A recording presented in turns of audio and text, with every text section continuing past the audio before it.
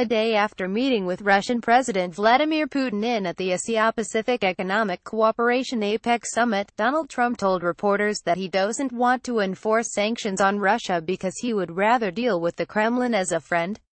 The sanctions package, which passed through Congress with approval from an overwhelming bipartisan majority, was a direct response to Russia's unprecedented interference in the 2016 presidential election, as well as their human rights violations and military aggression in Ukraine. Trump begrudgingly signed the sanctions into law on August 2 and had until October 1 to start implementing them. After blowing past that deadline with no explanation, a new deadline of January 2017 was set to implement the sanctions targeting Russia's defense, intelligence, and energy sectors. But on Sunday, Trump said Russia has already been very heavily sanctioned and suggested that we should try to make friends with the country that is actively trying to undermine our nation's democratic process. Being on better terms with Russia, Trump said, would be an asset to the world.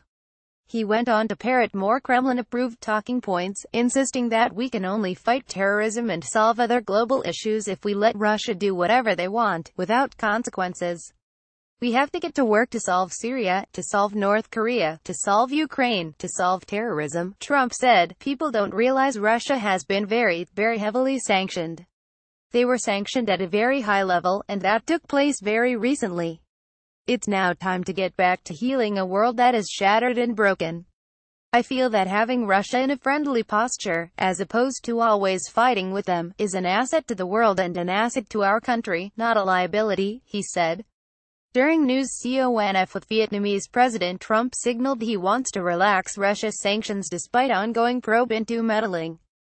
Pic.twitter.com 3M Yesfoji, Jim Acosta at Acosta November 12, 2017 Trump also took a swing at Hillary Clinton, saying the former Secretary of State wanted to get back together with Russia.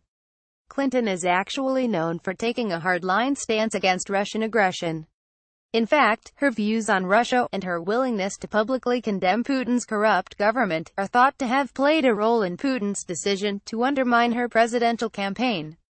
Trump then tried to compare his own fecklessness towards Russia to President Obama's foreign policy. What he failed to say was President Obama actually worked tirelessly behind the scenes to retaliate against Putin for interfering in our democratic process. Trump's latest attempt to back away from enforcing the sanctions he was compelled to sign not only makes America look weak on the global stage, it also tells other countries that they can attack us without fear of repercussions. So much for America First.